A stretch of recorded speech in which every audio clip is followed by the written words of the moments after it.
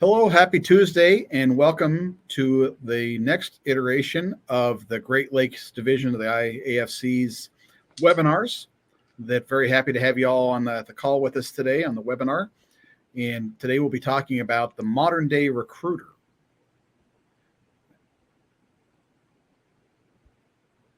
That I'm Mike Stanley. I'm the Vice President of the Great Lakes Division, also the Fire Chief for the City of Oshkosh. I'll be your host today, and I am joined by my friend and colleague, Jerry Strike, who, after he retired from his full-time job as a fire chief, went right back into working with his company called Capstone, which he'll tell you a little bit more about in just a second. I'll let him introduce himself here momentarily. And doing some incredible work in the recruitment space. Thought that we could all benefit from that and learn about what it takes to be a recruiter in the modern day. Just a few housekeeping issues that before we begin around how we're utilizing the system. And then again, happy to have everybody with us that all monitor the chat and the Q&A, that if you have questions for Jerry as he goes through, I'll monitor those. In general, we'll try to leave some time at the end to address those. But if I see something pop up that needs immediate clarification, I'll hop on in there. And then at the conclusion of the webinar, the slide deck will be available in that handouts tab that Nan, who is getting this all set up for us and takes such great care of us, to make this webinar happen, she'll make that available to you as well. Just a reminder of some upcoming events just right around the corner. We have the Fire Rescue International in Dallas. Registration's open for that. Hope to see you all there. Great events. A couple other IFC events there on your screen that may be of interest to you. Always some great opportunities to learn and grow and develop. So with that being said, Jerry, why don't you tell us a little bit about yourself and why the modern day recruiter? Isn't recruiting or just recruiting? Why do we need to talk about modern day recruiting? Well, we need to talk about it because it's the number one problem in the fire service. It's a safety concern. And there's a new approach when it comes to retaining, recruiting, and leading our fire EMS public servants across this nation. Well, thank you so much for attending the webinar. And Chief Stanley, thanks for inviting me to come to the webinar to talk about this issue that we're all facing. My name's Jerry Strike. As Chief said, I'm a retired fire chief and emergency manager in the Minneapolis, Minnesota area. Spent my whole life basically in the fire service, graduated from high school, served in the Army as a combat medic, came out and became a firefighter. I'm a retired what I'll say a career firefighter or a paid firefighter, and I'm actually a retired volunteer firefighter as well, doing both roles. But today I'm talking to you as an organizational development practitioner, as someone who looks at organizations and studies them, try to find good team dynamics, trying to find efficiencies, trying to look at the workforce in general, try to talk about leadership and so on. And today we're talking about the modern day recruiter. Thank you so much for joining us. You can see me in many different avenues. I like to tell people I have many different profiles, if you will. I like to do a variety of things from speaking in front of a group. I speak at FDIC. I have a very large class here in the pre-conference talking about dealing with difficult people. I also write articles about station design and how station design can enhance recruitment and retention, and of course, station studies and so on. I love being part of the fire department. And I'll also let you know that I run one of the largest websites related to the recruitment and retention of firefighters, US Fire Hire, or we have it marked as MinnesotaFireHire.com or .org. I started that webpage back in 2009 because I was getting disrupted by people coming into my office and wanted to know more about how to become a firefighter. So I created a website at the time, and it ran into this. I've actually managed nearly $3 million in FEMA SAFER grants to initiate local programs to initiate a county-wide program of 16 departments. And over the last 4 years, been working with the state of Minnesota and the Minnesota State Fire Department Association, one of the oldest associations representing firefighters in Minnesota, to implement a statewide recruitment program.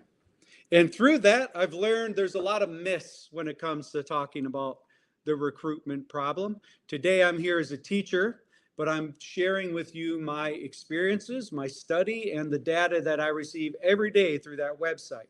Because anytime you come on that website, we ping your IP address, we know where you live, and we can sort of track what you're doing on the website. And believe it or not, the number one blog post on that website is how to become a firefighter. So let's talk about the recruitment myths. One of the biggest myths is no one wants to become a firefighter. I'll tell you that's not true. The reason I know it's not true is because we're seeing a lot of people applying and a lot of people coming to the website to learn more about how to become a firefighter, but the path is too windy to get to it. Or there's a lot of issues that occur on our side. And we're going to talk frankly about what those issues are. Most fire departments will say, we've tried everything. And I hear this over and over again. I heard it last night when I taught this class to a group of area leaders in the fire service. Have we tried everything? Let me tell you this. Today's the most honest day of your life. I'm going to ask you one question. How many of you on this webinar, either here today or watching it later, spend at least 1 hour per week on recruitment and retention? It's the most honest day of your life. I rarely have people raise their hand. If we're not trying everything, if we're not focusing on recruitment and retention at least an hour a week, how can this be the biggest problem in the fire service? And let's be frank, one of the biggest problems in the fire service is our inability to focus on retention and recruitment. Now, there are some superstars, I'm sure, on the webinar, and there are people who will then change their mindset as we move through this webinar to do things a little bit differently. The newer generations don't want to serve. That's not true. We're going to talk about generational differences in a little bit. My house is 16 miles from the Minneapolis area, and when George Floyd occurred, I saw a lot of people in the newer generations who found a purpose to serve, to change things, to change whatever they believe in, to get down there and make an impact. Our newer generation needs mentors and they need leadership. They don't get that in school. It's a great place to do it at the fire station. We can teach them all kinds of things. And the fact that no one will volunteer, I disagree with.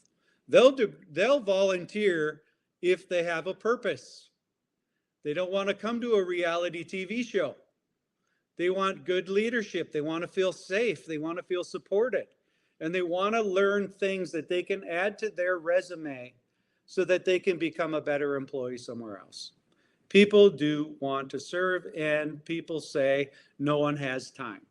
Well, we all have 24 hours in a day, and we get to choose what we do with that time. And I'll tell you right now, there's a new ATM card in the fire service known as the ATM card of time. And time has become the new money, especially after pandemic for many of us. And we get to determine the direct draw from that time when they come to our fire station. We get to determine what they're going to use that time for. We're going to take some time away from their ATM bank to allow them to sit in a 3-hour class on bloodborne pathogens, or we can give them that kind of training on a technical advice or a device, so they can learn while they're in their combine or running on a treadmill. There's a number of ways we can improve their time at the fire station. What are the problems that I've seen with retention and recruitment? And note that I said retention first. Well, here's some of the problems. People are not aware of how they can become a firefighter.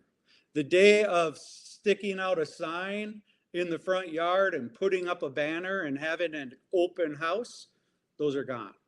If you're doing that today and you're expecting people to come running in the door, it just isn't happening anymore. But how do they become part of it? It's very messy. When you look compared to other jobs, how to become a firefighter, it's very messy. And I'll speak on behalf of what I've learned here in the state of Minnesota and some of the other Midwest regions is right now, in order to become a full-time firefighter, to get paid as a full-time firefighter, and I think I should put that disclaimer in. When I'm talking full-time firefighter, I'm talking somebody working 40 hours or more getting paid with benefits. When I'm talking volunteer firefighter, I'm talking about a whole array of models that our country has, from someone who truly volunteers to a paid on call, a paid on premise model, to a part-time model, to a 4 hours a week kind of model. Volunteer means they're not paid 40 hours and have benefits. All right. So, nobody wants to become part of the fire department, and that's not true. We have to find time that's best used for them to come to the department. And we're missing 50% of the hiring pool. What does that mean? We're not targeting a lot of females. Look at your signage, look at your brochures, look at who you're marketing, the big bravado, tough, big person, the male. Cutting down, pulling chains, whatever they're doing, we're constantly marketing male firefighters. In fact, when we started the statewide grant in Minnesota to initiate this new program that's never been done since in the history of Minnesota, we had our staff go out and look for female firefighters, and what they find? A bunch of females in Halloween costumes as a firefighter. There weren't a lot of pictures and photographs of female firefighters doing their job, yet there are firefighters across this country who have served for decades. Where are those photos? We have to target both male and female.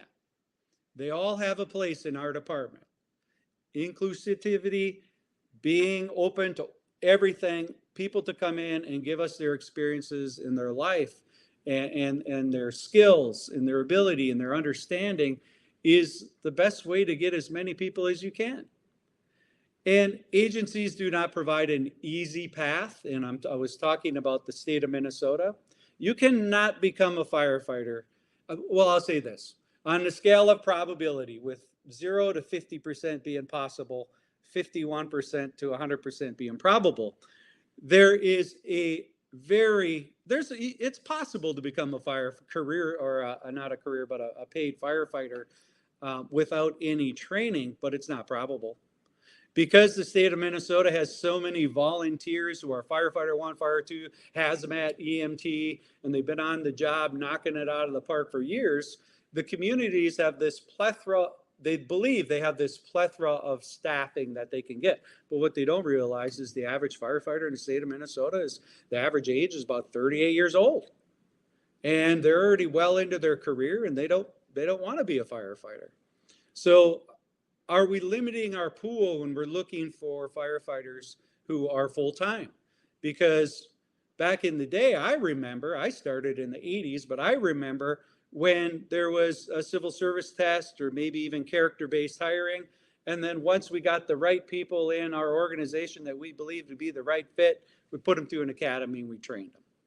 And so we need to find an easy path that says, here's how you become a firefighter in our community. You fill out this application, and I'll tell you that a lot of our generations now do not know how or have difficulty writing with a pen or pencil an application.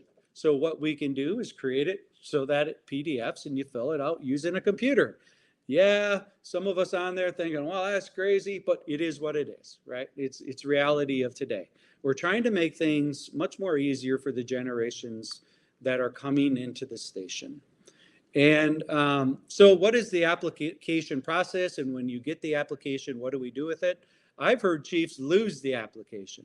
I know that it gets shuffled in all the paperwork on their desk, and we find it 7 months later and realize, oh, I never did call them back.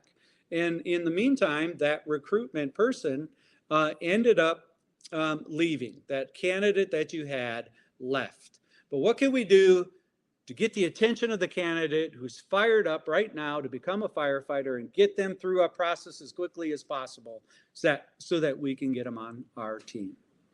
And the prioritization of time is going to come with purpose. When you build a purpose in someone's life and they want to give you time, their precious time to serve your community, we have to value that. So any of you who are in the leadership team from a lieutenant on up, you're all representing the chief and the organization. We need to find ways to provide value of time for those who come into the organization. What are some of the barriers? Well, skills and understanding. Our skills and understanding. We don't focus on human resources and recruitment and retention and our own time. Much of our time as a fire chief gets bogged down in all kinds of stuff from personnel issues to legal issues to managing a budget to operations. And some of you on this call who are in a senior leadership position are not only going on the calls, but you're throwing these balls around every day and you're working on the skill of what needs the most attention as quickly as possible. So recruitment and retention, or retention and recruitment, is not a priority for many fire chiefs. But we will raise our hand and mention that it's one of the number one problems. And I agree, it is the number one safety problem in the fire service. Boom, done. I get cancer, I get suicide. Those are ancillary effects of the job, and I respect all that. But if you don't have another firefighter standing next to you when you're en route to a call or en route to the scene, that is a safety issue for you and for everybody else, because there's only one other person that can help you when you're in trouble. And who is that? Another firefighter who can enter an IDLH environment and help you. It's the number one problem in the fire service. Local policy and governance doesn't necessarily are not necessarily in order. Many times I'll go into a department and one of the first things I'll ask is if they have policies and procedures, and they'll say no. Or if they do, you can open up the book and blow dust off it because it hasn't been taught. And I know very quickly if the fire officers know anything about policies because I'll ask them what their policy is, and they'll say, I don't know. They may tell me that they have a policy, and I'll go look at the policy, and there is none. A past practice became a policy. So in order to have a safe, effective organization, or let's call it a workforce, we need to have policy which equates to work rules. And our newer generations like to work within a system of policy and procedure, even though they have an entrepreneur spirit. And there are some of you on the call where demographics are just not playing in your favor. Your community population has decreased over the years. Your community may be aging. You're not seeing a lot of people to actually target market when it comes to retention recruitment. You have an issue. But what I want to share with you there is your leadership team has to look at other options. That service still needs to be provided. Who's going to do it? Can you partner with somebody? Can you do a JPA? And you may have to dissolve and have someone else do it. I know that's hard to hear, but the service has to be provided. Don't let our pride and honor have a negative impact on the community that we have a duty to serve. And sometimes that duty means we have to really look in the mirror and say, we just can't provide the service anymore. And our community may not be able to pay for it. So what should we do and where do we go from there? And there's a number of things that you can think of as barriers, right? And I want you to consider those with this class and maybe even take some time and write down the myths and the barriers and some of the best practices and see how you can implement those in your community. So what's the solution? The biggest solution that I have found is first, keep your current firefighters, right? And we'll talk about what the number one cause of retention is and why people leave. But I want you to try to keep your current firefighters. And you can do that by doing like stay interviews, STAY. A stay interview is when on a 6-month basis, you just sit down with people, even if you do it annually. support that. But you sit down with them and say, hey, John, hey, Julie, I just want to take some time and talk about the great things you do here at the fire department or at the EMS facility. And I want to know what we can do to keep you here. How can you stay here? And be open to it, and don't get defensive if you hear something that just doesn't sound right. This is their view that you ask them. So input it and see what you can do to get them to stay. Our policies related to percentages and time and participation, all of that need to be fully reviewed. You look at somebody, I had a gentleman on the call last night, or at this class, 22 years on the job. I said, how many calls did you start off with when you first started? 70. How many calls does your department go to now? 300. Okay, so you started 20 years ago with 70 calls, right? That's what you signed up for. And when they told you we were going to 70 calls a year, you thought, yeah, I can work that into my time bank, right? At no fault of their own, they went from 70 to 300 calls today, 20 years later. Some of you are in the thousands of calls. I've seen it go from 500 calls when they signed up to 2,500 to 3,500 calls. I mean, at no fault of their own, but we keep hammering them. Boom, boom, boom. You're not making any calls. So we have to find ways to let people interact with our organization, even if it's just a period of time. And we see in our area the duty crew concept, where we're going away from the percentage model. And we're saying you could be duty crew, which means you give hours of time compared to percentages. And you can do that on shift. And while you're on shift, you can train, you can help maintain equipment. You could stand at the pump if you want for 4 hours and learn how to get that right. And some of you know this. There are people who've been on a job for 20 years, and we still have to talk to them over and over again about how to engage the pump and get water in. But if you're on the duty crew and you're actually acting as a firefighter every day and you don't have that pressure, you become a better firefighter, right? We need to have a website. If you don't have a website, we'll talk about marketing, but get a Facebook page. Facebook, Instagram, and YouTube are all owned by the same company, and you can cross-platform them. But the important part is you're speaking to the people who are using flat screens. You're not speaking to the people who are using paper, right? So keep your current firefighters, build a website. Even if it's one page, you can go to like Wix.com and it's free. And if they have little ads on the bottom, great. It doesn't matter. But the main element is, here's who we are. Want to become a firefighter? Want to become an EMS responder? Want to become part of the rescue team? Here's who you contact. All right.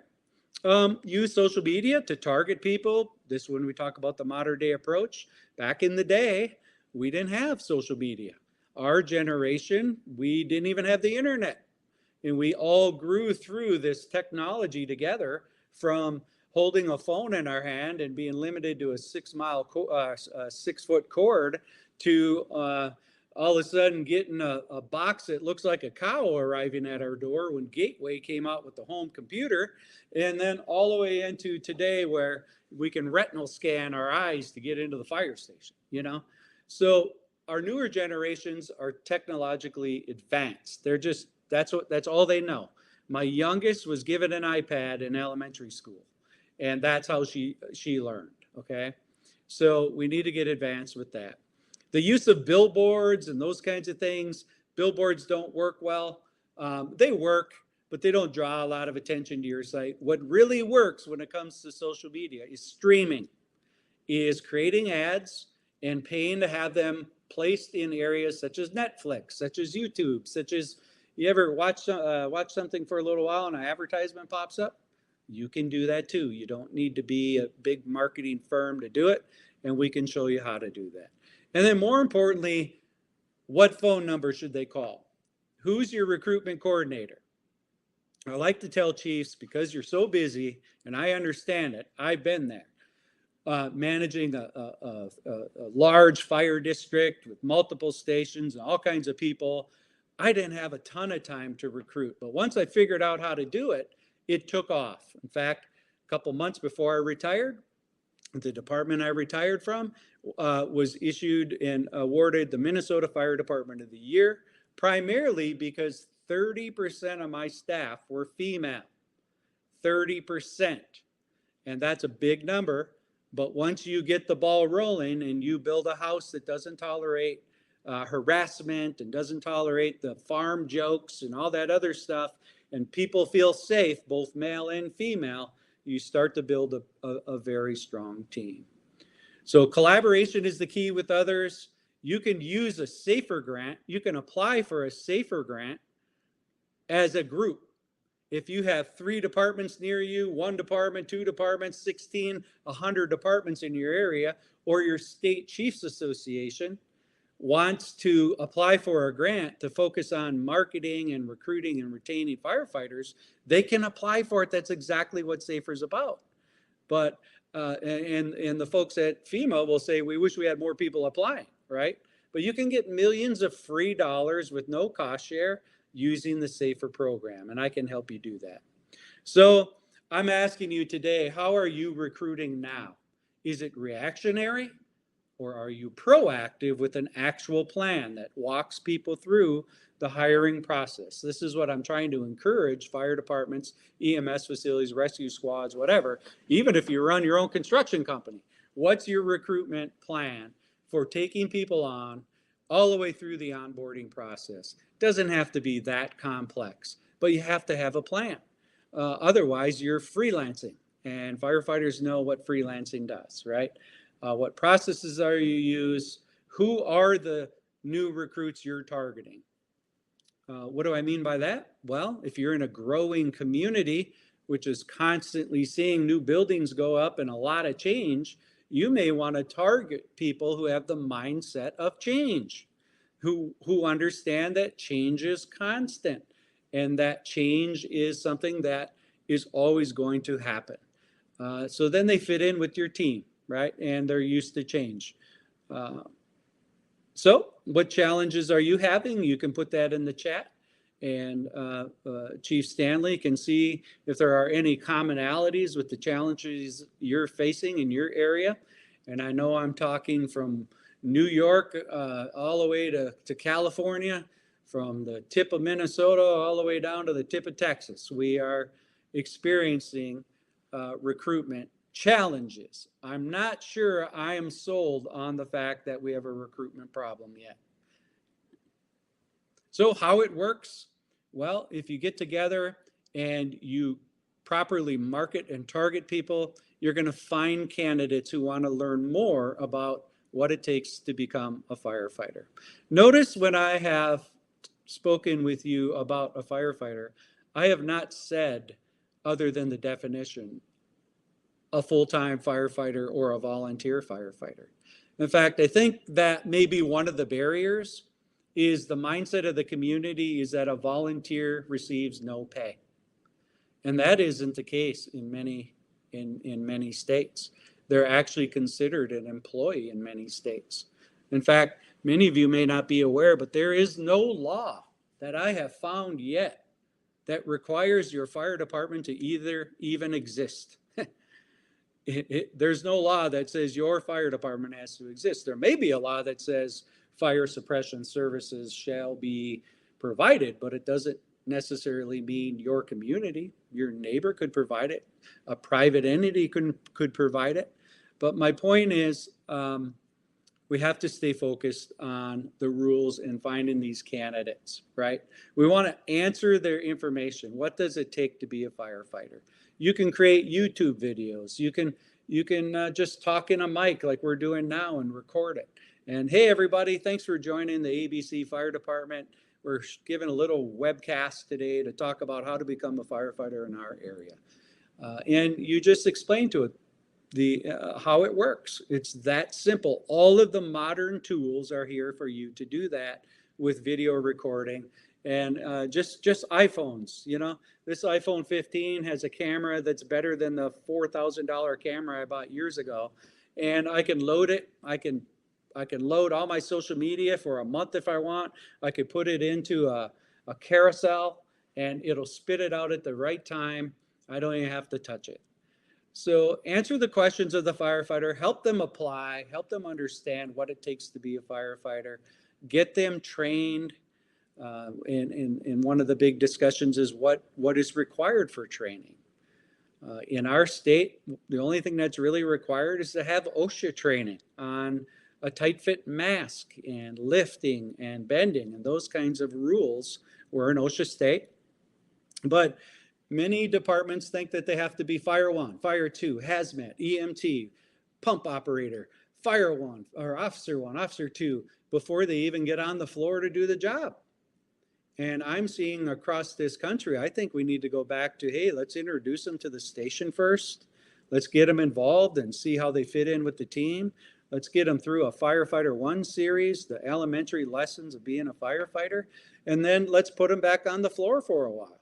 And let's let them implement some of those lessons that they learned in the school and how you do it. And I think Chief Stanley and others will agree. We all have the same mission and we provide many of the same services, but in every case, the department is just different some way or another. I have yet to see two departments that are exactly the same. So however you're going to train them, however you're going to move them through your system, I want you to think about that ATM card of time. And know that if you put them through a 1-year system their first year, that's all that family's going to remember and know. They're going to think that oh my gosh, my spouse is going to be gone for 2 days a week and every Saturday, and they're going to have a meeting and then have a chili cook-off and then get called back for overtime and on and on and on. So once they graduate, I want you to celebrate. Anytime anybody gives us some time, as much time as they do, our current firefighters and the new ones, I mean, we need to celebrate. We need to have, I don't care if it's an ice cream party or if we just get you up in front of the group and we shake each other's hand and we just celebrate the successes. Some of us who've been on the job a long time maybe tend to overlook that. Yeah, I did Firefighter 1 back in the day. But the fact that somebody gave their time over everything else they could do in the world should be celebrated. All right. And all this process is just a system. It's just systematic. And I want to know how you do it. We talked about the stay interviews. And I see there's an error on the slide, but does a 20-year mark matter anymore? I'm going to be happy if I get somebody on the volunteer side to stay 5 years. Even on the career side, if any of you are on the career side, I know there's an overtime issue. How many of you are having issues with people wanting to work overtime? And I think that goes back to these generations work to live rather than my generation live to work, right? As I look back now, 3.5 years of retirement, I think, I could have done things differently. I was always at the kids' games and all that kind of stuff, but there were a lot of committees and things I was on that kept me in the loop, that's for sure. But I could have been home more often. I could have balanced my time a little better, right? So try to plan for somebody, try to get them for 5 years. And you're going to say that right up front. Hey, this position as a firefighter, here's what we do. We majority of our calls are actually caring for people with a medical or traumatic injury or a medical event. That's really what most of our fire service does today. Be upfront with it. We do go to fire calls. This is a place you can get hurt. In fact, it is a place where you can die. I mentioned that. And I want you to know what we do to mitigate those kinds of issues. And we're looking to have somebody join our team. We're hoping that you'll stay for at least 5 years. Do you think you could do that? 5 years? And they're going to say yes, because they can't project 5 years out. But if we're eliminating people who say, I want to become a full-time firefighter, and we eliminate them, well, you have nobody in your pool now. And they don't know what they don't know. So they may come into your system and absolutely love it and just stay with that system for a long time, because we're going to continue to inspire them. And just continue to find ways to keep your own staff. This information here comes from a lot of periodicals and reading and research from the MVFC, the chiefs. Why are people leaving your fire department? The number one reason is leadership. There's a riff. They don't feel safe. They feel that they're part of a reality TV show. And I like to say sometimes we have more fires inside the station than we do outside the station, right? And I want to make sure that we build a leadership team that respects the fact that people are giving you your time. And I understand this is a big business. And many of us would say firefighters shouldn't even be volunteer, today with what's going on in the world and what the expectations are. I mean, there are tremendous expectations on us today. And we've become this Swiss Army knife of the community. You don't know who to call the fire department, and somehow we figure it out. And God bless us all, right? You just work hard, you're tired, but you figure it out.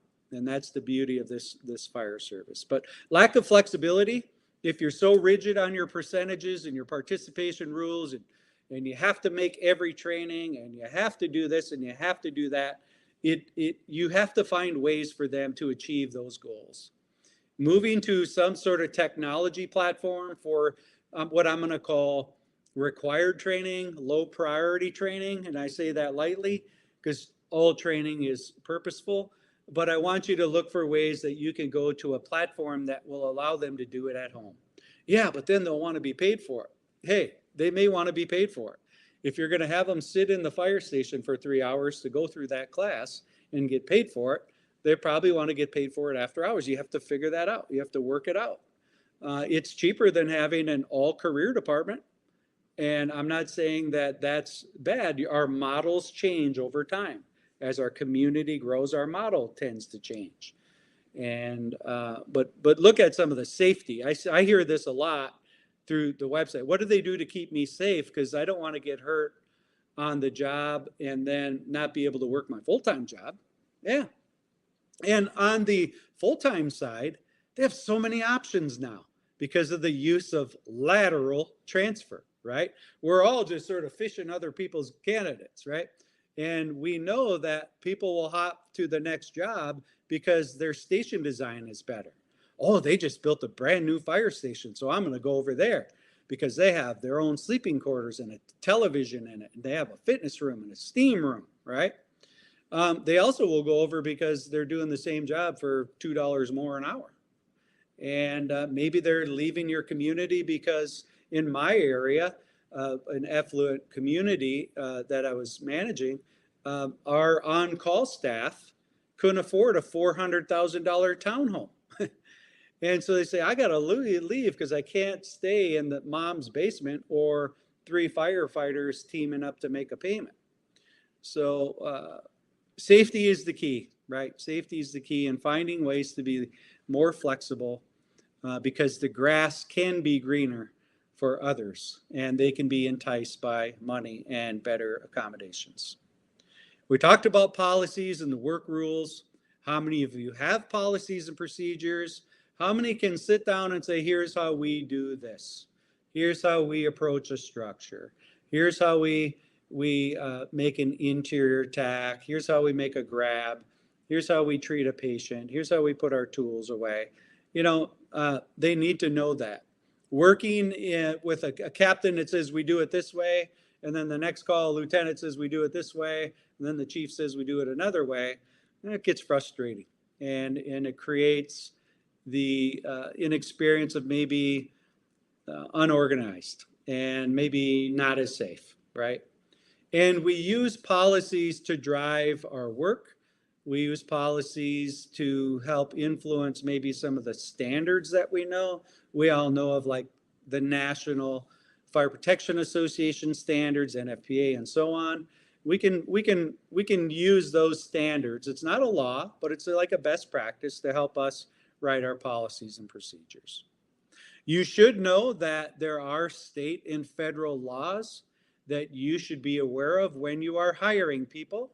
And there are state and federal laws related to your workforce.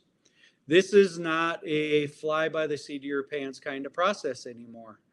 recruiting and hiring and retaining people, and making sure that your workforce is safe, not only physically safe, but mentally safe from bullying, from the constant short jokes to the excluding them from participation in events and company shift practices and so on. Those are all eligible to be challenged, if you will, in a court of law. So knowing what questions to ask and not to ask during an interview are very important. You can probably think of some things you wouldn't want to ask during an interview. Maybe you can put those in the chat. But I'll give you some ideas. What religion are you? Are you pregnant? How old are you? And on and on and on. Who did you vote for last year? What do you think about this? Those kinds of questions can lead to some negative feedback, if you will. So know what you have to ask. And you're going to work with your human resource department if you have one. You're going to work with your local attorney if you have one. You can work with your insurance company. Many communities are sort of self-insured through some sort of consortium, and they have a bunch of attorneys that are protecting us, and they're writing things so that they can find commonality so we don't get sued, right? But there are laws related to hiring people. I always ask chiefs, how do you determine how many people you need? Well, you first got to determine what kind of fire department you have. We determine the level of service we need to provide based off our community risk analysis. I hear chiefs all the time that say, I go to 3,000 calls. Well, can we change those calls? Yeah, we could probably get rid of 60% of them because we're not responsible in a lot of ways to go to a lot of medical calls. Somebody made that decision. It's a big discussion to have. I get it. Some of you own the primary service area. Some of you don't. Some of you don't want your citizens waiting 25 minutes for an ambulance. But the healthcare system's going through a lot, right? And our EMTs and paramedics are working their butts off trying to manage this big monster. But we determine what risks we have. The amount of risk and the type of risk determine the amount of equipment we need to mitigate it on a regular basis. And then it also determines the number of people we need, right? The National Fire Protection Association, did a study with NIST that says we've got this 2,000 square foot Rambler, and here's how many people we need on that scene to properly mitigate it, to make it safe, and so on and so forth, to the best you can. What is that number? 15 people on the scene in a matter of minutes. Who has that? There were times when I had a combination department. I was hoping, to get 10 people on the scene, right?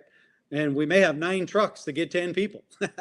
So know that we have to develop and train according to the fire department's growing and continuously changing fire service delivery system, right?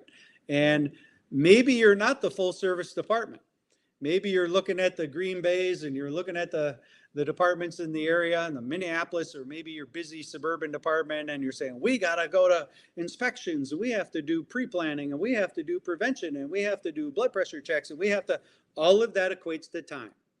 Maybe you can't do that unless you have more staff, maybe full-time staff. I don't know, but we can dial back some of the stuff we're doing to be more effective, right? How many firefighters do you need? I ask this all the time. How many firefighters did you have 20 years ago? 25. How many did you have 10 years ago? 25. How many do you have today? 25. Think of what happened in the fire service in the last 20 years. We've had this significant mission creep. We're going to everything. And guess who's handling it? The same 8 to 10 people, right? So let me know that, that you need to look at your staffing model to determine just how many people you actually need. And if you need more, you need more. There are generational differences. And you'll get a copy of this, but if you look in each one of those columns, if you look to the right, those are our newer generations. If you look to the left, those are our older generations. If you look at the numbers related to the percentage of population, you'll see there's more population in the two right-hand columns than there is in the rest of them on the left. These are our Generation Y and our Generation Z. Gen Z are about 26 years old today. Next is coming Alpha. Gen Alpha will be coming soon. They're too young to work. They're 11 to 15 years old right now. They're not working, but we'll soon know that how they're going to interact with us. If you look through this later after this broadcast, you'll see that we communicate differently. You'll always become part, and you'll always be part of the generation you grew up with because you've experienced a lot of things. My oldest daughter, 30 years old, went to NYU in Lower Manhattan, and she became an ER nurse in Lower Manhattan during the pandemic. And I asked her how come she wasn't working overtime one time, because I used to come to work with a wheelbarrow to fill my wheelbarrow up with overtime. She goes, Dad, think about what happened. I had to learn how to protect myself during from a shooter in school. I watched 9/11. I listened to Saddam Hussein and all that we had to do to find that guy, and Osama bin Laden and blah, blah, blah. He says, I want to go to work and then I want to go home and spend time with my family and friends because life is short. I get it. So you can use this system that I'm providing you to sort of profile, if you will, in a way to determine how to better communicate and how to better market. You'll see on the bottom one when it talks about training, our newer generations love devices, VR, AR, all that kind of stuff to determine how to learn, because they're constantly in technology and they use technology like crazy. There's a new app every month, right? They're used to that and they'll figure it out. You go to the left, they may have a flip phone still. They may not want to enter reports because they don't know how to use a keyboard. So we've got this balance in the fire service where we used to have all of these mentors and these long-term firefighters on the job who are mentoring the younger. Now we have the younger generation who's technologically advanced running these new engines, showing those who've been on the job for 20, 30 years how to do things. So take a look at that when you can, and know that marketing is really important. You market by, you market by using social media platforms. This is the modern day approach. You have to find ways to use Facebook, Instagram, you have to use YouTube, QR codes, anything that we can get on the screen, which we can talk about in another session, to start marketing people. The hiring process is just that. You need to have the approval to hire. You need to make sure you're not Google stealing somebody's job description that doesn't meet your job description. You need to have an opening date. And this is really essentially when you get this packet, this is your plan. Develop the plan using those bullet points. This is your recruitment plan. Then I'm going to encourage you to have an information session. We have learned that in the mindset of our community, when we talk about open houses, we're talking about bringing the kids to look at fire trucks and to eat hot dogs. I'm not talking about that. I'm talking about having a recruitment information session, a hiring information session where you put them in the room and you talk specifically about hiring. Hey, everybody, thanks for coming to this information session. I'm glad your significant others were to participate. I truly value your time. Today, we're talking about how we can hire you to be part of our team. So today we're going to explore what it takes to be a firefighter, and we're going to explore the role and what's required of you to be on our team. And then in the end, we talk a little bit about our history and who we are and so on. Don't spend the first 15 minutes talking about 1885 and, Horse, Maggie, and Mikey. Talk about why they're there, get them engaged, and then talk about the history later. Then we move into the selection process. We review the application. We test to see if they meet the requirements.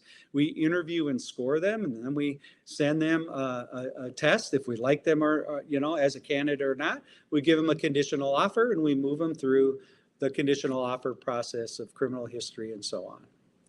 During the interview process, we're going to scare the heck out of them because we're going to have a bunch of people sitting in a room, which is unusual to them.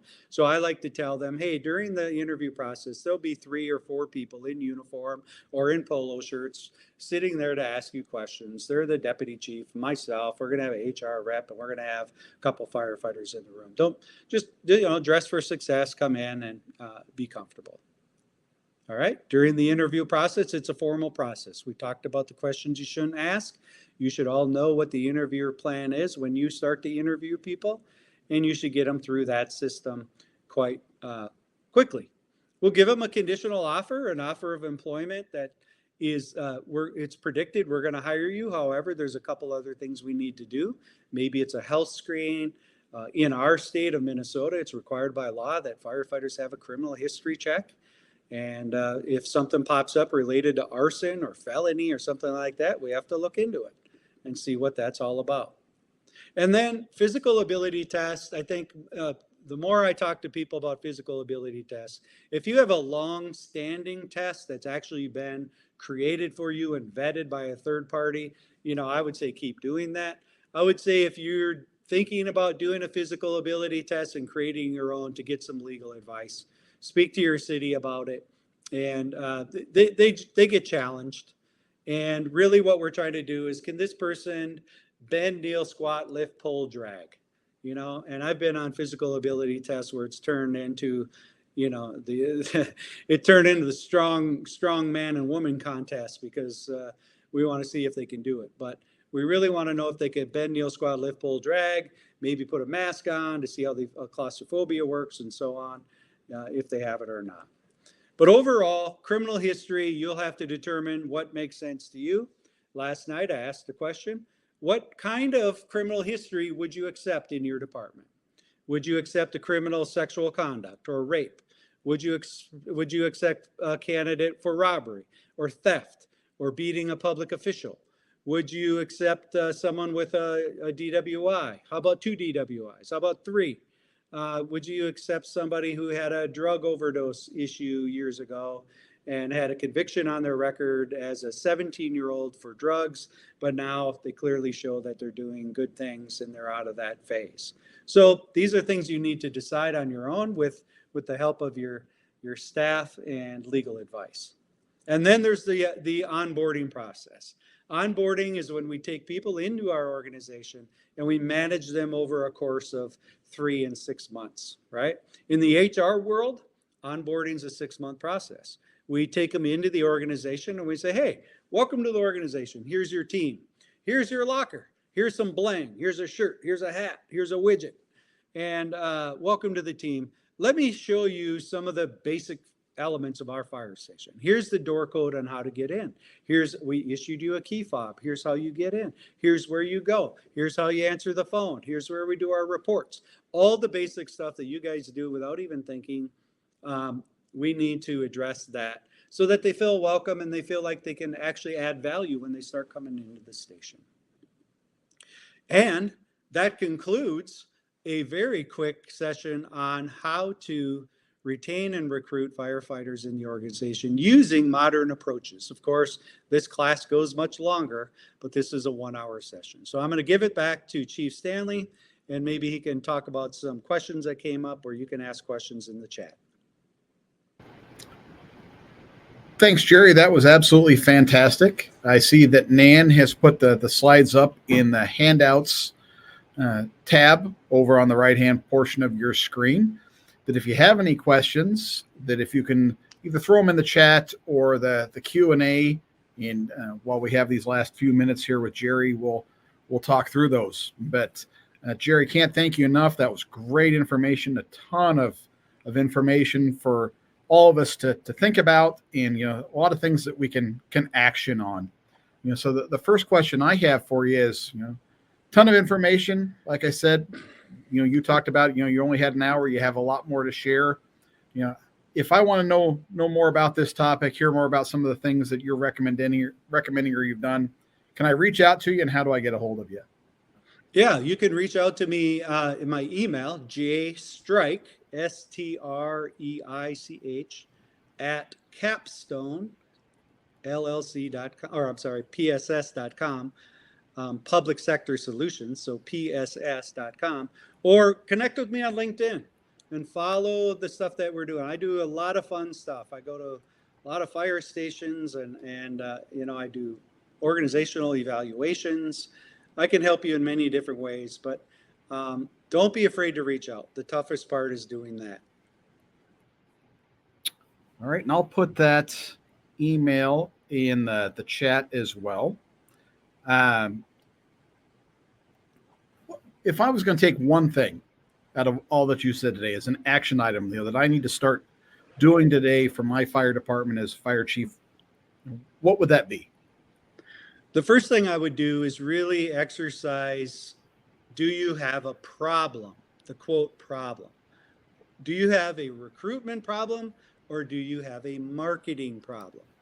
Until you go through the process of fully marketing with the modern day approaches, using all of the modern day tools, having a process and a plan, it's really hard to walk in front of a council or a board of directors and say, I have a problem, I need to hire more people, or blah, blah, blah, blah, blah, blah.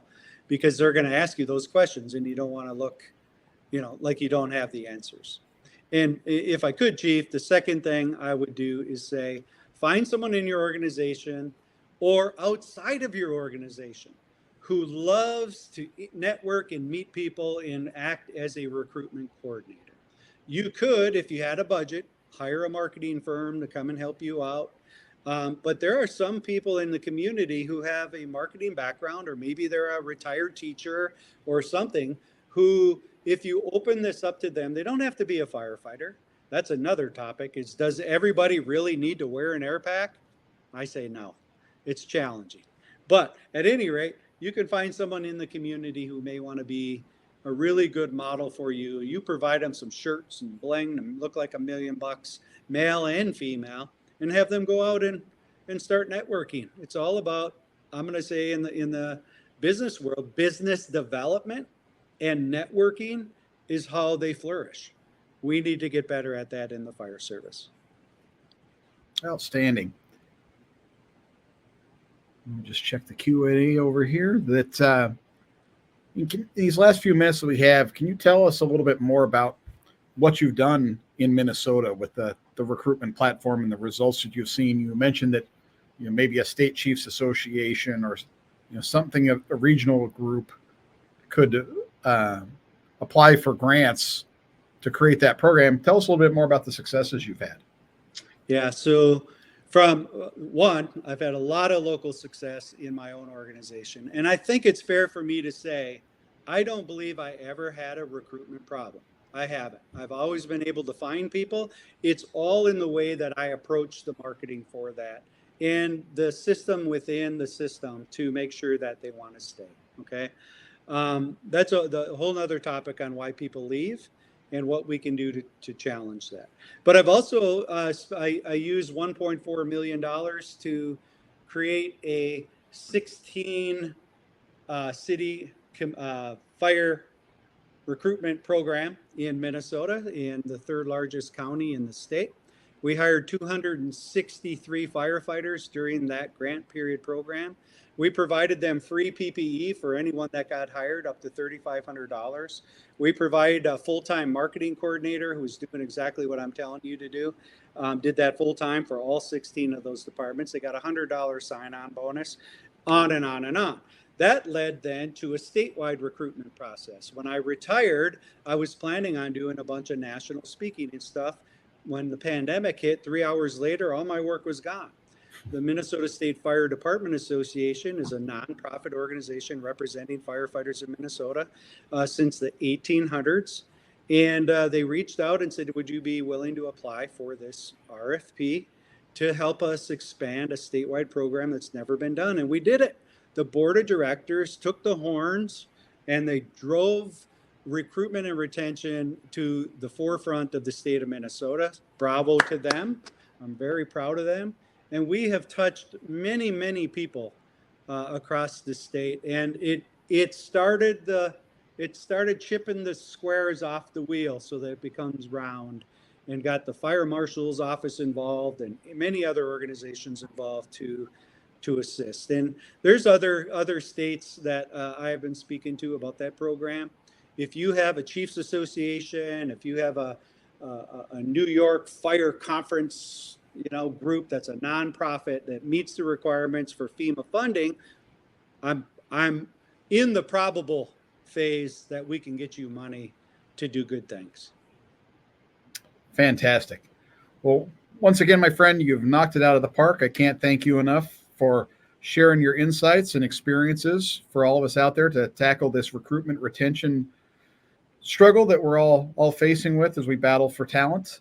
That on behalf of the Great Lakes Division, thanks to you and thanks to everybody that was on the call or watches this via the recording, that we hope that this added some value to you, and thank you for taking the time to participate. So with that being said, we'll have more sessions to follow. We'll have one of these each quarter, so a couple more iterations this year. That's, again, be safe. Thanks for your time, and keep up the great work, all. Take care. Thanks for serving, everybody.